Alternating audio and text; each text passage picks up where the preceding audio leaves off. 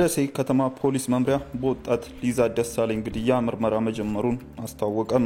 በመስከረም 28 ቀን 2018 ዓ.ም በደሴ ከተማ ቦርከና ቀበሌ ሀቢታት ተብሎ በሚጠራ ቦታ ላይ በአሰቃቂ ሁኔታ ህይወቷ ያለፈው ወጣት ሊዛ ደሳለኝ ግድያ ላይ ምርመራ መጀመሩን የከተማው ፖሊስ መምሪያ አስታወቀም።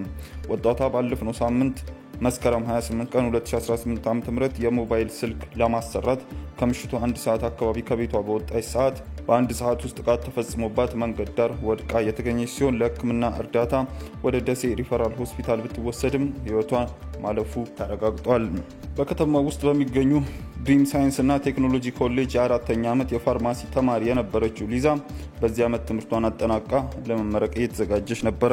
ድርጊቱ በማህበራዊ ሚዲያ እና በከተማዋ ነዋሪዎች ዘንድ ከፍተኛ ቁጣን በመቀስቀስ ላይ እንደሚገኝም ተነግሯል። በከተማዋ ከዚህ ቀደም እንዲህ አይነት ድርጊት ተፈጽሞ አያውቅም ያሉ አንድ ነዋሪ ድርጊቱ ነዋሪዎችን እንዳሳዘነና እንዳስቆጣ ተናግረው ወጣቷ አስቸኳይ ፍትህ እንድታገኝ ጠይቀዋል ሲል ቢቢሲ ዘግቧል።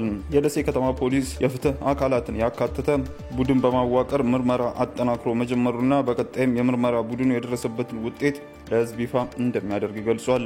ከቅርብ ጊዜያት ወዲህ በሀገራችን የሚገኙ የተለያዩ አካባቢዎች በሴቶች ላይ የሚደርሱ ጥቃቶች እየጨመሩ መጥተዋል። የዓለም የምግብ ፕሮግራም በሶማሊያ ክልል በሚገኙ 15 ወረዳዎች አስቸኳይ የድርቅ ወቅት ምላሽ አስተገባበር ይፋ አደረገ።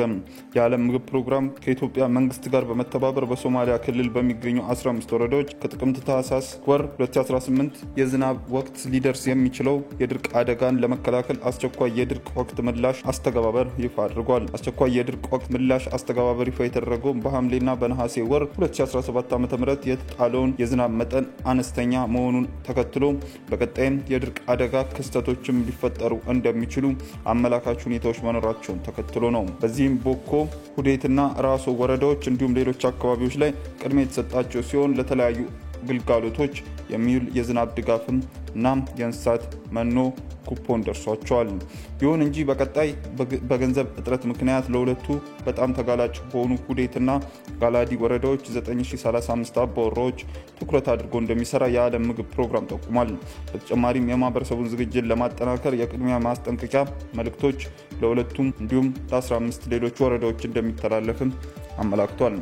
አስተገባበሩ የሰዎችን ህይወት ለመጠበቅ የምግብ ዋስትና ለማረጋገጥና የእንስሳቶችን ሞት ለመቀነስ ያለመ ሲሆን ከጀርመን ፌዴራል የውጭ ጉዳይ ቢሮ በተገኘ 4.7 ሚሊዮን ዶላር ድጋፍ ተጋላጭ ማህበረሰቦችን ከድርቅ ተጽዕኖ ለመከላከል ያለመ ነው ተብሏል።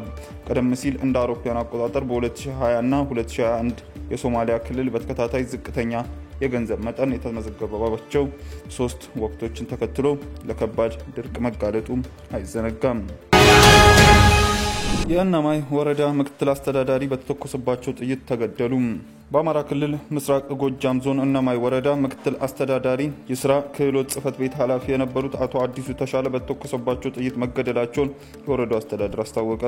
የአስተዳደሩ ኮሚሽን ዛሬ ጥቅምት 6 ቀን ባወጣው መግለጫ ምክትል አስተዳዳሪው በዛሬው ዕለት ከመኖሪያቸው ቤት ተነስተው ወደ ስራ ቦታ በመሄድ ላይ እያሉ ከጠዋቱ 12 ተኩል አካባቢ በተኮሰባቸው ጥይት መገደላቸውን ገልጿል።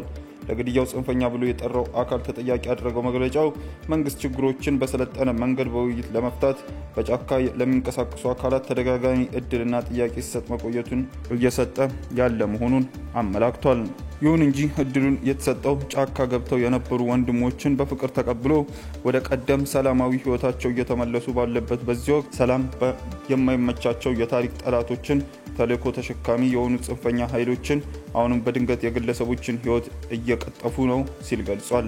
አክሎም በወረዳዎች የሚንቀሳቀሱ ጽንፈኛ ኃይሎች ከዓለም አቀፍ አውድ የራቁ በሀሳብ ሳይሆን በጠመንጃ የሚያምኑ የዜጎችን ያስተሳሰብ የእድገት ደረጃ በውል ያልተገነዘቡ የሀሳብ ድርቀት የያዛቸው ሲል የኮነነው መግለጫው እነዚሁ ኃይሎች የወረዳው ህዝብ ስቃይ እያራዘሙት ይገኛል ብሏል።